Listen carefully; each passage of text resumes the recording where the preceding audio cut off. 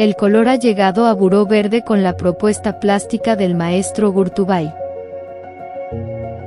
Una explosión de colores en sus diferentes polvos de mármol sobre tela, en los creativos monotipos sobre papel y las novedosas botellas de mezcal, Latibu, intervenidas por el maestro. Actitud positiva y buena vibra. El maestro Gurtubay explora los temas de la arquitectura, el buceo, el mar, los barcos, los arrecifes, la naturaleza, la familia, la colaboración social y muchos más. Una hermosa velada en la que nos compartió un nuevo proyecto para Galería Amor, sus propuestas plásticas en esculturas de bronce con temas de la literatura universal. En esta ocasión compartiendo con sus clientes y coleccionistas sus propuestas al Quijote de la Mancha y el Principito. Y ahorita pues tenemos la oportunidad de poder convivir y estar en esta noche con el maestro José Antonio Gurtubay, muy querido amigo mío, y que me enorgullezco de eso, de su amistad. Sí, lo conocemos de hace muchos años, hemos tenido la oportunidad no solamente de coincidir en las artes, sino en otras actividades, y le agradezco mucho que haya aceptado esta invitación y que nos vaya a conversar un poquito también de algunas anécdotas y que pasemos un rato muy agradable con usted, maestro. Le agradezco de todo corazón estar con nosotros. Al contrario, pues, yo le agradezco mucho al arquitecto Víctor, al arquitecto Francisco Luna, estudiamos juntos en La Salle, a mi tocayo, a su esposa Elisa, sí, ¿verdad? Al señor Martín y a su esposa, la señora Claudia. Y espero no aburrirlos, les voy a platicar una anécdota de cómo tuve el gusto de conocer a la señora Claudia y al señor Martín. Hace muchos años, mi hija era muy pequeñita, tenía 6 años. Yo quería aprender a hacer obra gráfica, quería hacer grabado, no tenía idea de cómo se hacía. Entonces, en la casa Reyes Heroles, en Coyoacán, fui a hablar con el maestro que daba clases de grabado para ver si me aceptaba en su taller y sobre todo que si podía ir con mi hija, porque no tenía con quién dejarla. Bueno, su mamá en aquella época pues estaba viva, por desgracia falleció, y trabajaba en la embajada de Alemania y no podía cuidarla, yo la tenía que cuidar, ¿no? Entonces el maestro me dijo que de ninguna manera, que no podía ir con una niña, que iba a distraer a las demás personas, pero lo conseguí, lo convencí y me dijo, ¿y se porta bien su hija? Y pues he de reconocer que le mentí, le dije que sí, y mi hija se portó muy mal. Entonces empezamos a ir y mi hija se acercaba con las señoras, yo era el único hombre, eran puras señoras, cosa que también me daba pues mucha pena y demás, pero yo quería ser grabado. Entonces el maestro le comenté que si él conocía a alguien que hiciera tórculos, máquinas para hacer obra gráfica. Y él me dijo, yo le vendo el mío, se lo vendo. Y le dije, muchas gracias, maestro, era un tórculo pues, más pequeño que esta mesa. Y me dio el precio, yo no sabía nada, pero se me hizo muy caro. Yo dije, se me hace que está caro, no sé. Entonces me puse a indagar y conocí al señor Martín, a su mamá, la señora Yolanda, y al señor Jerónimo, que al final fueron todo su equipo los que me hicieron el tórculo. Era un tórculo mucho más grande que esta mesa. La platina tiene unos 50 por como 90. Y mi hija me oyó que estaba hablando con el señor Martinito, entonces le dije, además mucho más barato. Y le dije, te pido por favor, María, que cuando vayamos al taller de grabado no se te ocurra decirle nada al maestro. Dijo, sí, no te preocupes, no le digo nada. Llegando al taller, empezó mi hija, yo tengo un secreto. Yo me sé un secreto de mi papá. Y yo me le quedé viendo. Total, se lo dijo a todos. Le dijo, mi papá dijo que usted le vendía muy caro el tórculo, que era un robo, y ya consiguió quien se lo haga. Pues me dio tanta pena que no volvimos. Ella había hecho un grabado porque le gustaba mucho la película de Elsa y Fred. Ella tenía 6 años y ya le gustaba mucho el cine. Su grabado sí me lo llevé, pero los que yo hice pues los dejé porque no me llevé las placas y se estaban secando. Me dio tanta pena que no volví. Y bueno, si quieren, les platico otra anécdota. Vamos para que nos pueda platicar mejor. Se sienta un poquito sí, bueno. Nos acompañan aquí. También, como les había dicho, mi esposa trabajaba en la Embajada de Alemania y hace muchos años en el Museo de Arte Moderno de la Ciudad de México, por medio de la Embajada de Alemania, trajeron a un pintor alemán muy importante que se llamaba Max Kaminsky a exponer al Museo de Arte Moderno. Él no vino, pero su obra sí. Y quien estaba mostrando y explicando los trabajos del artista era la maestra Teresa del Conde. Y en esa ocasión sí nos acompañó mi esposa, y yo tenía agarrada de la mano a María, que era muy pequeñita, y estaba Teresa del Conde explicando un cuadro de Max Kaminsky. Estaba al lado de ella el embajador, el agregado cultural, en fin, las personas pues de la representación diplomática de Alemania en México. Y en eso se me soltó mi hija, era muy chiquita, se fue corriendo y tocó el cuadro que estaba mostrando Teresa del Conde, y sus palabras textuales fueron: "Este lo hizo papá". Y también nos dio mucha vergüenza, además tocó el cuadro. Teresa del Conde sí se molestó mucho, no dijo nada, pero sí le cambió la cara y se puso muy seria. Y el embajador de Alemania fue el que hizo bromas y suavizó todo el asunto. Y bueno, pues ni modo, me tenía que acompañar María como siempre. Y les voy a contar la última también de mi hija, aprovechando que no me pudo acompañar, porque siempre me prohíbe que platique de ella y le da mucha vergüenza y no le gusta que hable de ella. Pero bueno, perdón, van a ser 2 porque me equivoqué, y una de mis sobrinas. Hace muchos años yo expuse en una galería.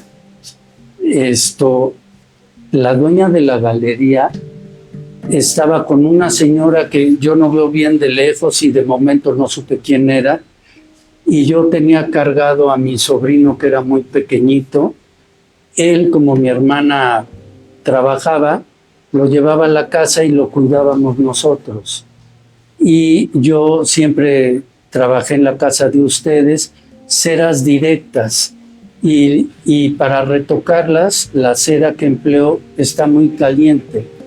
Entonces con stickers, y pues ya tengo callos en la mano, pues toco la cera. Y estaba trabajando la cera y mi sobrino Luis agarró la cera, y entonces yo le di un manazo, no fuerte, pero sí le dije: no lo toques, no se toca. Y ya, ahí quedó la cosa.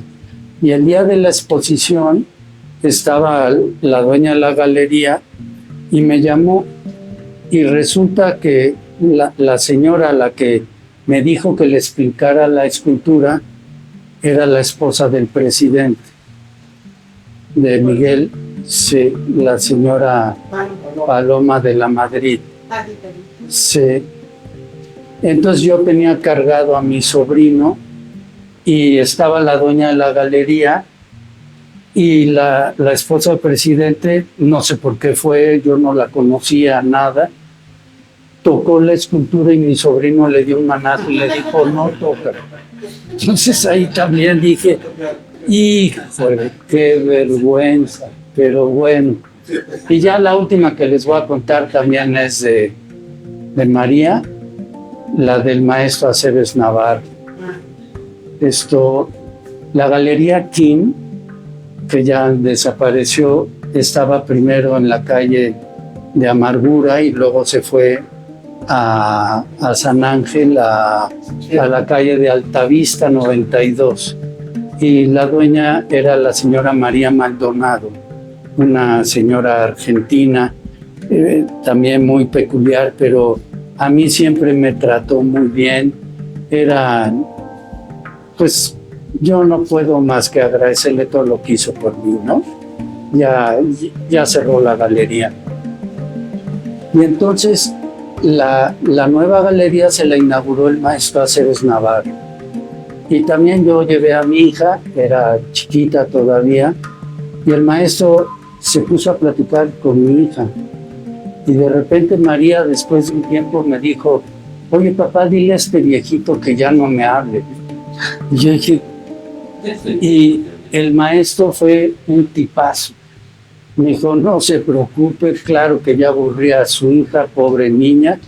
Y bueno, pues aprovechando que no vino, se las platiqué. Y muchas gracias y gracias por venir y gracias a los arquitectos, al señor Martín, a su esposa y a mi tocayo José, que ya no lo veo. Pero muchas gracias, y perdón tanta molestia. ¿Alguna pregunta que quieran hacerle al maestro de su trabajo, de su técnica? ¿Algo que quieran preguntarle? Saber, conocer. Adelante, Yo quiero preguntarle de la técnica de las esculturas, ¿sí? ¿Se que la cera directa? Sí, cera directa, sí. Yo le comentaba al maestro que de las esculturas sí hago boceto. De los cuadros no, los empiezo a pintar directamente y si me va gustando le sigo y si no lo repito. Pero de la escultura sí hago bocetos. Y intento tenerla definida antes de hacerla, porque el proceso de fundición es complejo y es mucho más caro, por así decirlo. Entonces yo trabajo las ceras directas. Eso quiere decir que ya tengo el dibujo, tengo todas las proporciones y yo con los stickers le doy la forma con la cera y luego hago los esgrafiados y hago en partes, las hago en partes. Y ya la llevo a la fundición, el maestro le pone elementos que se llaman coladas, que son también de cera, y no la arma, sino que funde cada pieza. La pesamos porque por cada kilo de cera son 10 en bronce. Entonces hay que calcular la cantidad de bronce para echarla al crisol. Y se hace un contramolde. Yo como no hago copias, no hago moldes de fibra de vidrio, de nada. Ya se hace un contramolde, se mete a quemar, se hace un horno por cada pieza, con tabique, con arena sílica, en fin, se tapa, se le ponen quemadores de gas y el fundidor empieza a ver con un espejo, va evaporándose, por eso se llama la cera perdida, porque donde está el cilindro se quema todo el material y queda el hueco. Cuando ya está, que él ya sabe, ya calcula cuántas horas, o depende del tamaño, son días que se está quemando. Lo retira el horno, pero no toca el cilindro, deja que se enfríe. Y cuando ya está bien frío, hace otro cincho de metal, lo apisona muy bien y ya vacía el metal líquido. Y entonces ya corre por el hueco y salen las piezas. Después se le quitan las coladas, se pule, se limpian y se le da la pátina. Por ejemplo, este color es con hígado de azufre y con ácido nítrico. Se calienta y con fuego hay que estar protegido porque huele muy mal y afecta a los pulmones. Entonces, sí es laborioso emplear y hacer la pieza, pero ese es el proceso. ¿Cuánto dijo que era de peso en cera para hacer de bronce? Si este pesa 1 kilo, en bronce va a pesar 10. 10. Es 10 a 1. Y también hay que tener bien calculado el espesor de la cera, porque si la hago muy gruesa, se deforma y la pieza no queda bien, se deforma. Entonces, pues sí hay que irle calculando. Y el fundidor ya tiene mucha experiencia y ya nada más la ve y me dice, maestro, la voy a quemar en 3, voy a hacer 2 moldes. Ya, ya nos ponemos de acuerdo y ya la hacemos. Sí. Gracias. Sí. Y aprovechando que estamos ya hablando ahorita de la escultura, maestro, quisiera compartirles también, bueno, primero que tenemos en diferentes formatos, ¿no? Hay pequeñitos, grandes, incluso vieron ahí una escultura muy colorida en el otro saloncito, ¿no? Que es totalmente otra técnica. Sí.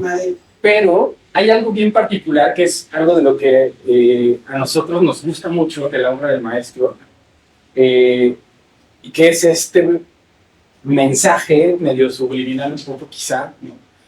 De la actitud positiva, del optimismo, de la buena vibra que transmite esta obra, y que es una actitud consciente, ¿verdad, maestro? O sea, que es pues una actitud, ¿no? De cómo enfrentar a veces tantas calamidades y vicisitudes en el mundo, y con este juego de color, esta potencia y este positivismo, intentar contagiar un poco esto, ¿no? Tanto en las figuras de las esculturas como en la obra gráfica, ¿no? O la plástica, la pintura también. Creo que el mensaje es muy claro y bien bonito. Y bueno, creo que en las botellas, ¿no? Es también mucho el reflejo de lo que se está intentando comunicar, siendo... Es que creo que el matrimonio entre el látigo y la obra del maestro es perfecta, ¿no? Ya platicó un poco Pepe hace rato de cómo cada tipo de mezcal tiene el nombre esto de los juguetes, ¿no? Que se busca también un poco este rollo. Y bueno, creo que hicimos, insisto, un matrimonio perfecto, ¿no? De este tipo de cosas. Y bueno, quería compartirles un poco esa potencia. Y otro detalle que a mí cuando el maestro nos hizo el favor de platicarnos, a mí me explotó la cabeza y me hizo sentido. Dije, claro, por supuesto, aquí lo veo, ¿no? Y es esta también gusto y pasión que tiene el maestro por el buceo, ¿no? Entonces yo... Bueno, ya, perdón, ya no buceo, ya estoy bien, ya operado del corazón y todo, y aunque, perdón que haya interrumpido, mi cardiólogo, no sé si llegaron a conocer al doctor Abdo Vistén del Instituto Nacional de Cardiología.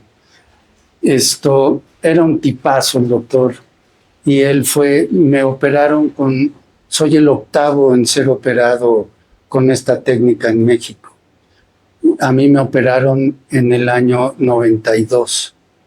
Y entonces yo le dije al doctor Visteni, ¿voy a poder bucear? Y me dijo, ya lo veremos, no te preocupes, yo te aviso. Y estuve yendo y demás, y a los 6 meses me dijo, yo quiero que vayas a bucear y después de bucear me digas cómo te sentiste. Y yo, como también les platiqué anécdotas de mi primo Pedro, que por desgracia falleció, y de mi primo Tonín, que también falleció, íbamos a bucear. Mi primo Tonín no, él nos veía desde la lancha, pero mi primo Pedro sí. Íbamos a bucear a Cozumel, a Veracruz, buceo nocturno, en fin.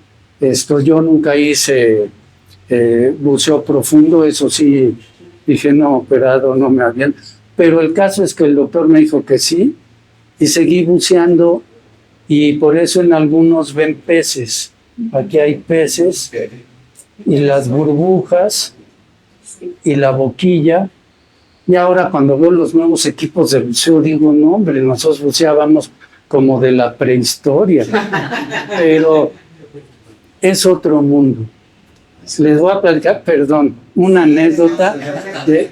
Siempre fuimos con gente del lugar porque conocen muy bien a dónde nos llevan y qué vamos a ver, ¿no? Tengo fotografías de que a mi primo le está mordiendo la válvula una morena. Yo les puedo decir que ustedes no se enteran. Yo, un día que estábamos buceando, yo me sentía mal, tenía como gripa. Entonces el instructor me dijo, yo voy a ser tu pareja. Y en buceo ¿estoy bien o voy para arriba y todo bien? Bueno, y el caso es que me dijo, sí, no se preocupe. Entonces íbamos buceando y yo de repente me hizo así para que viera y vi una cosa, a mí se me hizo enorme también, con el visor, lo que ustedes ven aumenta como si fuera una lupa con el agua un 20%. Entonces si tiene medio metro, ustedes lo ven de 70 centímetros. Pero yo vi una cosa impresionante que pasó rapidísimo. Y arriba yo le dije al instructor, oye, ¿qué me señalaste? Me dijo, ¿qué no lo viste? Le dije, no, yo nada más vi una cosa enorme que pasó. Me dijo, un tiburón. Dije, no, gracias a Dios no lo vi, porque si no, no sé lo que hubiera hecho. Pero de verdad que es otro mundo. Cuando íbamos a los arrecifes de coral, los peces son muy territoriales. Y no se me olvida un pececito que habrá sido de este tamaño, se me acercaba y me golpeaba el visor, como diciendo, quítate, estás en mi territorio. Y yo decía, bueno, no ve el tamaño que tengo yo a comparación. Luego también una vez nos llevó a bucear una caverna y nos dieron alimento. A nosotros ahora ya no, ahora ya es otro sistema. Nos daban fotografías de los peces que podíamos ver para no tocarlos, los que sobre todo eran venenosos o algo. Entonces uno ya sabía. Y nos dio alimento, yo lo llevaba en una bolsita aquí porque mi chaleco no tenía para poner y lo guardé, y en la caverna nos dijo, van a ver un banco de peces y cuando den la vuelta no los van a ver. Y cuando se den cuenta van a estar rodeados de ellos.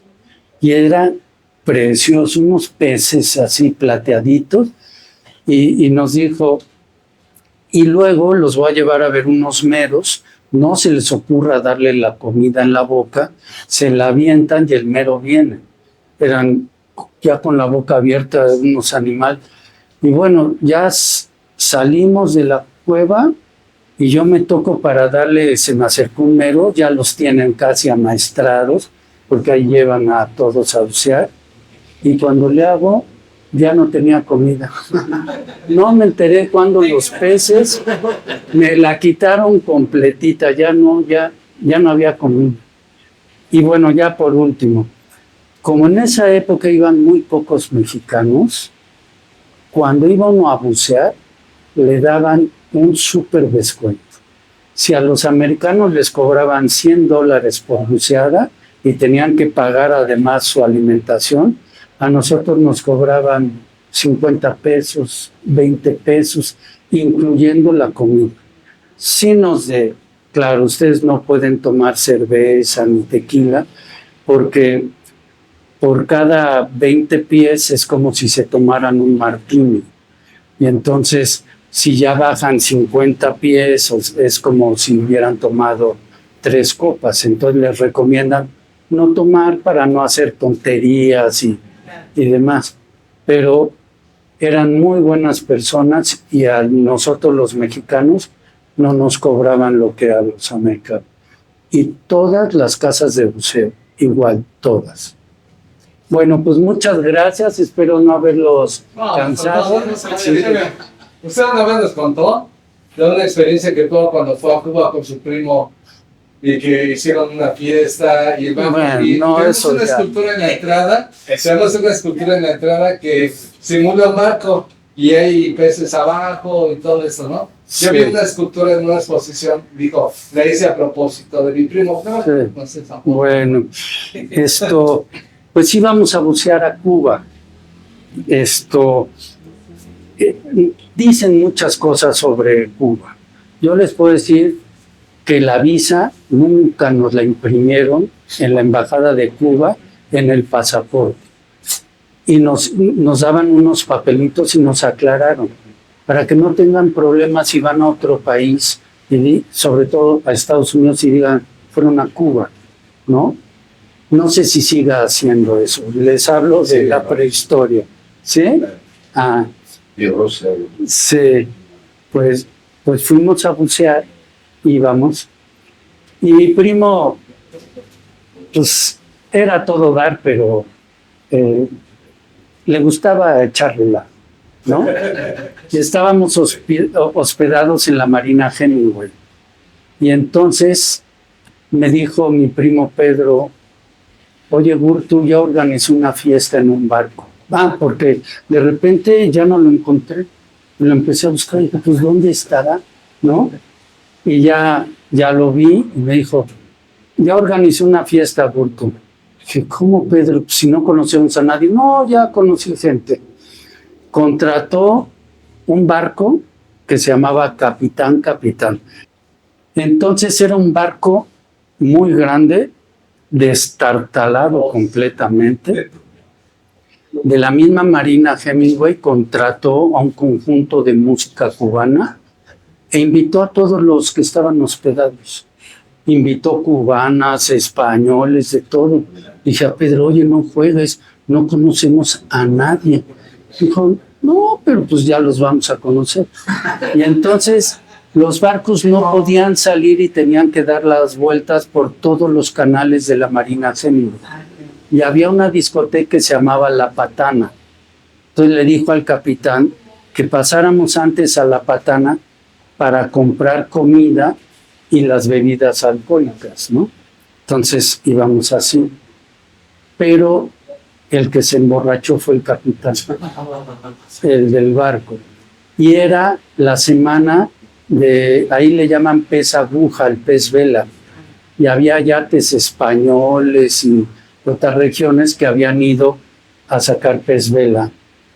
Y empezamos a dar, y de repente el barco, que era un barco destartalado, se empezó a acercar, a chocar con un yate. Y mi primo Pedro nos gritó a todos, vengan, pongan las manos para que no choquemos. Bueno, yo no sé cómo logró el capitán echar reversa, pero salió una cantidad enorme de humo y no le pegamos al yate. Pero cuando llegamos se llevaron detenido al capitán y se le bajó. Y los tres con los brazos Estuvo quebrados. sobrio y todos los de la fiesta dijeron, aquí nos bajamos todos. Y bueno, pues eso era lo que nos... Muchas gracias. Y eso tiene que ver con la escultura que está afuera, Pescador. que es un barco, que es este barco, se supone, y la gente que invitó a mi primo y los peces abajo. Pues muchas gracias, maestro. Agradecemos al maestro José Antonio Gurtubay por el esfuerzo realizado para la exposición Podemos Llegar. 40 años en la plástica mexicana, un artista maduro que asimismo refleja su madurez plástica en esta exposición llena de brillo, color, creatividad, maestría y amistad. Gracias maestro Gurtubay por todo tu cariño y profesionalismo. Enhorabuena y que continúen los triunfos.